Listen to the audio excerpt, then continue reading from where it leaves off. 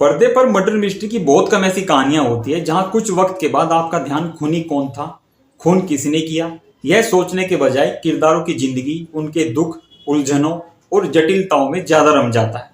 Web series कोहरा की यही खासियत है कि इसमें सिर्फ अपराध ही नहीं है, हर किरदार की जिंदगी और रिश्तों पर पड़ी धुंध भी धीरे धीरे छटती हुई दिखाई गई है।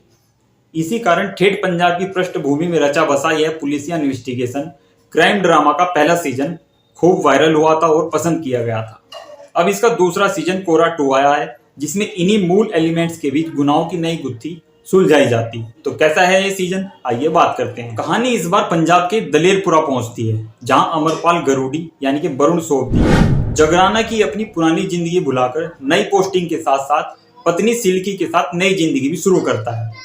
शुरुआत इस बार भी एक एनआरआई लड़की प्रीत यानी कि पूजा बुमराह के मर्डर के साथ होती है, जो अपने मायके के चाराग्राम में मृत मिलती है। केस की जांच का जिम्मा सौंपा जाता है एसआई धनवंत कौर यानी कि मोना सिंह को। शुरुआती जांच में पता चलता है कि प्रीत अपने पति रणविजय सिंघा और 2 बच्चों को छोड़कर कई महीनों से अपने मायके में ही रह रही थी। यही नहीं, उसका अपने डांस सिखाने वाले के साथ भी अफेयर चल रहा था। साथ ही भाई अनुराग अरोड़ा के साथ भी प्रॉपर्टी का झगड़ा था। ऐसे में शक की सुई इन तीनों पर जाती है, मगर इस जुर्म की जड़ें समाज की एक ऐसी बुराई की ओर दिखाई देती हैं जो आपको साइलेंट कर देगी और जिसके लिए आपको ये सीरीज नेटफ्लिक्स पर जाकर देखनी हो। सीजन 1 की तरह कोहरा 2 भी एक स्लो बर्न यानी बहुत धीरे धीरे आगे बढ़ने वाली सीरीज है। हालांकि इस वजह से हर पल नए ट्विस्ट वाले क्राइम थ्रिलर के रोमांच की उम्मीद करने वालों को निराशा हो सकती है, क्योंकि सीरीज इस बार भी एक धुंधली, ठंडी और बेचैन दुनिया में ले जाती है, जहां मर्डर मिस्ट्री के बहाने इंसानों के भीतर का दर्द और अंधेरापन ज्यादा दिखाया जाता है। यहाँ तक कि एक वक्त के बाद खूनी के बारे में सोचने के बजाय आपकी रुचि किरदारों की निजी जिंदगी, खासकर धनवंत कौर की पारिवारिक लाइफ और अमरपाल गरुड़ी के अतीत और आज के रिश्तों की कसम में ज्यादा उलझ जाती है।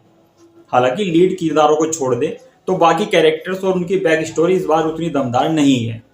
कुछ सवाल भी अनसुलझे रह जाते हैं। सुदीप शर्मा और फैजल रहमान का निर्देशन रियलिस्टिक है।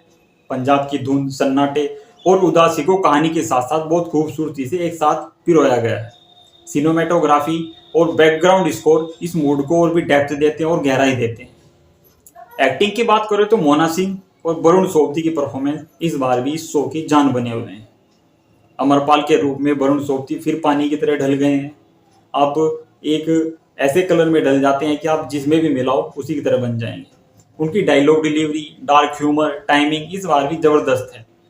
जबकि मोना सिंह भी निजी जिंदगी की तकलीफों से जूझते हुए ड्यूटी को ऊपर रखने वाली धनवंत के दर्द को बखूबी उभारती हैं स्क्रीन पर। इन सब के बीच कोहरा सीजन 1 देख चुके दर्शक पिछले सीजन वाले सुविंदर विक्की को मिस करते हैं।